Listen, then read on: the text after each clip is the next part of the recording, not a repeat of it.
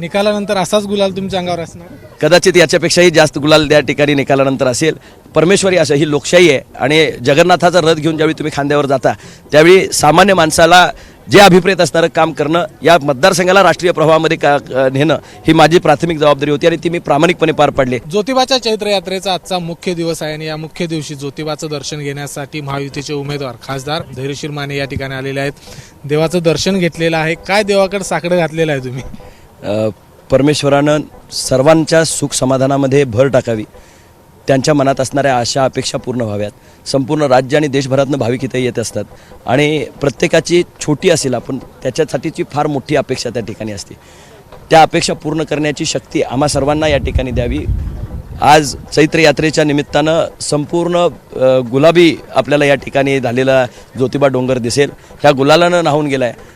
ज्योतिबाच्या नावानं चांग भलं म्हटलं की प्रत्येकाच्या आयुष्यामध्ये चांगलं आणि भलं व्हावं ही त्याच्या पाठीमागची भावना असते आणि त्याच्या आशीर्वादानं निश्चितपणे ह्या दख्खनच्या राजाच्या आशीर्वादानं येणाऱ्या प्रत्येक भाविकाच्या आणि जे कोणी त्याच्यावर भक्ती करतात त्यांच्या आयुष्याला एक वेगळी विचाराची आणि खऱ्या अर्थानं विकासाची झालर येईल असं मला निश्चितपणे खात्री आहे. एकीकडे प्रचाराची सगळी धामधूम सुरू असताना अतिशय वेळात वेळ काढून तुम्ही या ठिकाणी दाखल झाला. मी दरवर्षी ह्या यात्रेला येत असतो.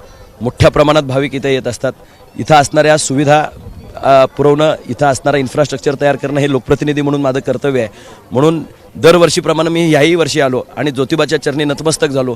माझ्या लोकसभा मतदारसंघाची इलेक्शनचं तर वारं चालूच आहे, पण त्याचबरोबर दैवी आशीर्वाद, त्याची प्रेरणा आणि खऱ्या अर्थानं शक्तीपाठीशी असेल तर आणखी बलशालीपणे चांगलं काम करता येतं.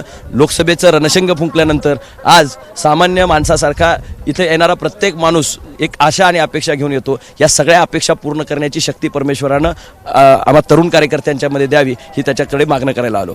तुमच्याच काळामध्ये या ठिकाणी ज्योतिबाचं प्राधिकरणाचं काम झालेलं आहे. काय नेमकं कशा पद्धतीने इथला सगळा विकास करण्याचा मानस आहे? ज्योतिबा अधिक ह्याच्या बाजूची जवळपास 48 ते 39 गावं यामध्ये या ठिकाणी समाविष्ट केली जातात आणि त्यामधनं एक प्राधिकरण करून खऱ्या अर्थ या ज्योतिबाला तिरुपतीच्या धर्तीवर कशा पद्धतीने हे डोंगरावर बसलेलं दैवत आहे त्याच पद्धतीच्या सोयीसुविधा इथं कशा पद्धतीने देता येतील, इन्फ्रास्ट्रक्चर कशा पद्धतीने उभा करता येईल, त्याचबरोबर रेल्वे ज्योतिबाच्या पायथ्याशी कसं आणता येईल, कोकणला जोडणारी रेल्वे इथंपर्यंत कशा पद्धतीने येईल याच्यासाठी आमचा ॲक्शन प्लॅन तयार आहे. नॅशनल हायवे मी ऑलरेडी या ठिकाणी ज्योतिबाच्या पायथ्यावर त्या ठिकाणी नेला आहे. नॅशनल ग्रीडशी ज्योतिबा कशा पद्धतीनं जोडता येईल आणि राष्ट्रीय स्तरावर हे दैवत कशा पद्धतीनं पोचेल.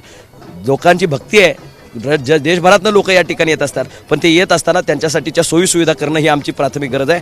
आज याच्यासाठी 5 कोटी रुपयाचा वर रस्त्यांसाठी निधी दिला आहे. अंतर्गत सुद्धा 50 लाखाचे सोयीसुविधांसाठी निधी दिलेत.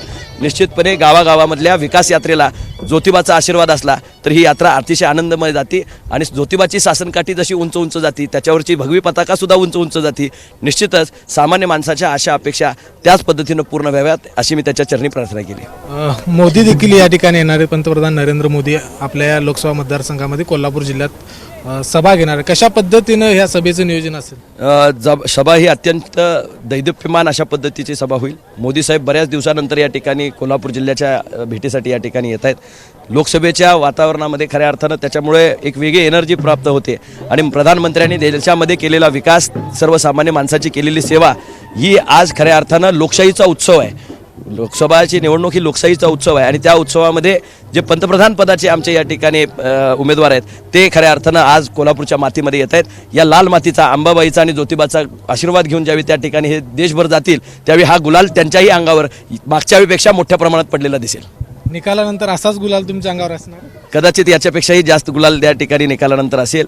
परमेश्वरी असं ही लोकशाही आहे आणि जगन्नाथाचा रथ घेऊन ज्यावेळी तुम्ही खांद्यावर जाता त्यावेळी सामान्य माणसाला जे अभिप्रेत असणारं काम करणं, या मतदारसंघाला राष्ट्रीय प्रवाहामध्ये नेणं ही माझी प्राथमिक जबाबदारी होती आणि ती मी प्रामाणिकपणे पार पाडली. मला नक्की खात्री आहे की मी केलेल्या कामाच्या जोरावर आणि सर्वसामान्य माणसाच्या असणाऱ्या आशा अपेक्षा जे मोदी साहेब त्या ठिकाणी केंद्रामध्ये पूर्ण करत आहेत, खाली एकनाथ शिंदे साहेब पूर्ण करत आहेत, या सगळ्यांच्या ताकदीवर आणि कार्यकर्ता म्हणून मी केलेल्या राबणुकीवर आमचा विजय तर निश्चित आहे.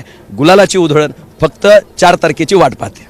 धन्यवाद. तर आपण बघितले की मी केलेल्या कामाच्या जोरावर आणि महायुतीचे सगळे पदाधिकारी हातकणंगले लोकसभा मतदारसंघातील मतदारांच्या जीवावर याच्यापेक्षा जास्त गुलाल आपल्याला लागेल अशा पद्धतीचा विश्वास धैर्यशील माने यांनी व्यक्त केला.